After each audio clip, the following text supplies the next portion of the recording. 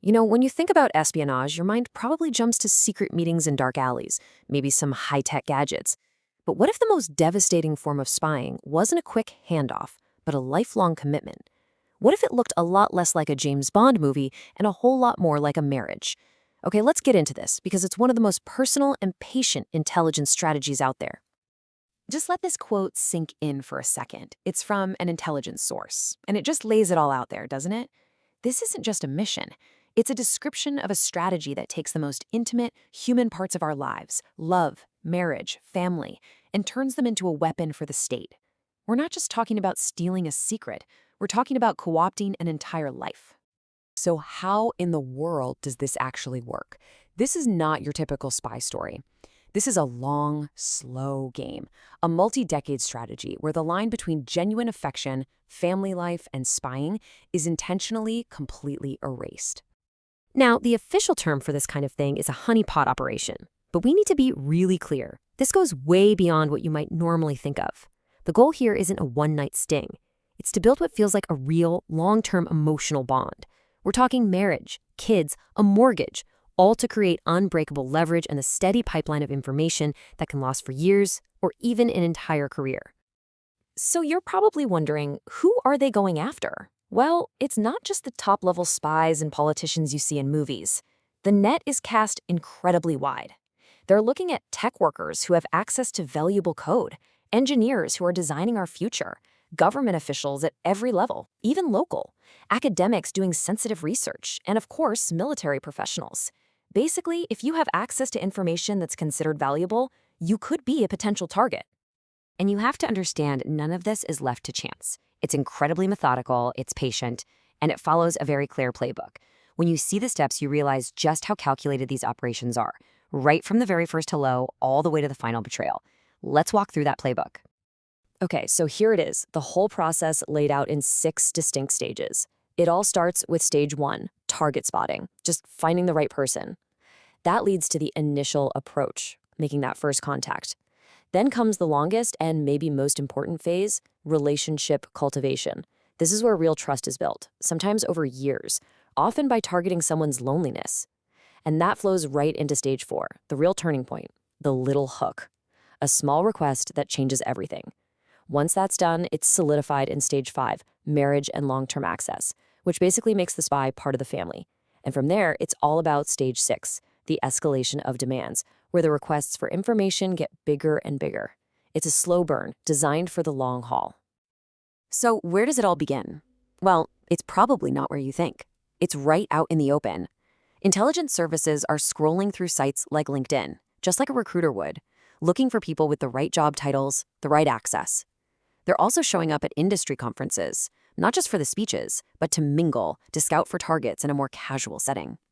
The whole thing can kick off with something as simple as a profile view or a handshake next to the coffee station. All right, after maybe months or even years of building a real relationship, the whole operation hinges on this one critical moment, the little hook. The psychology here is fascinating. The operative, who is now a deeply trusted partner, asks for a small favor, something that sounds harmless. Hey, could I see that unclassified company phone list? Or can I get a peek at that business plan? It would really help me with a project at my job. It feels innocent, but that is the exact moment the line is crossed. The relationship becomes transactional. And once you cross that line once, it's so much easier to cross it again. And here's the really dark part. Any intimate moments might be secretly recorded, creating a silent, powerful tool for blackmail down the road if the target ever starts to get cold feet. Which brings us to the big question, right? Why? Why go through all this trouble? Years and years of deception, building an entire family? What could possibly be the prize that justifies an operation this elaborate and frankly this cruel? Well, the answer is all about technology and power. The shopping list is pretty extensive. We're talking about the absolute crown jewels of a country's economy and its national defense. Things like trade secrets that cost billions of dollars to develop, proprietary source code, super sensitive research and development data. The whole point is to skip all that hard, expensive work and just leapfrog the competition. And right at the very top of that list today, no surprise, it's artificial intelligence. The sources we're looking at make it clear that becoming the world leader in AI is a massive national priority for China. So they are going after anything and everything related to advanced AI models and the supercomputers needed to run them. Then you've got the heavy hitters, military and aerospace tech. I mean, the national security stakes here are just massive. If you can get your hands on the designs, the performance specs, the blueprints for an advanced fighter jet, you can effectively wipe out a major technological advantage that another country has spent decades building. And of course, you can't talk about tech prizes without talking about semiconductors. You know, those tiny little chips that are basically the brains behind everything: our phones, our cars, our defense systems. Controlling how they're designed and made is a huge piece of the global power puzzle. So yeah, getting intel on that is a top priority. So when you start adding all of this up, the AI, the aerospace tech, the chips, all the trade secrets, you begin to get a sense of the mind-boggling scale of it all. And it's why the FBI uses this absolutely staggering phrase to describe it. They call it one of the largest transfers of wealth in human history. That's not just spying, that's an economic war. As you can imagine, accusations this big don't just go answered. This whole thing plays out on the global stage, and it results in what is basically a war of words, with two completely opposite stories being told. Let's take a look at how each side frames this. Just to give you a sense of what we know about, U.S. authorities have talked about investigating over 60 espionage cases tied to the Chinese Communist Party in just a 4-year period. But here's the kicker. Intelligence officials say, almost in the same breath, that the real number of operations is almost certainly way higher. This is just the tip of the iceberg. And this is where you really see the two narratives clash. On one side, you have Western intelligence agencies, like the FBI and MI5 in the UK. They describe these honeypot tactics as prevalent, and have even called it a form of sex warfare that's designed to exploit basic human vulnerabilities.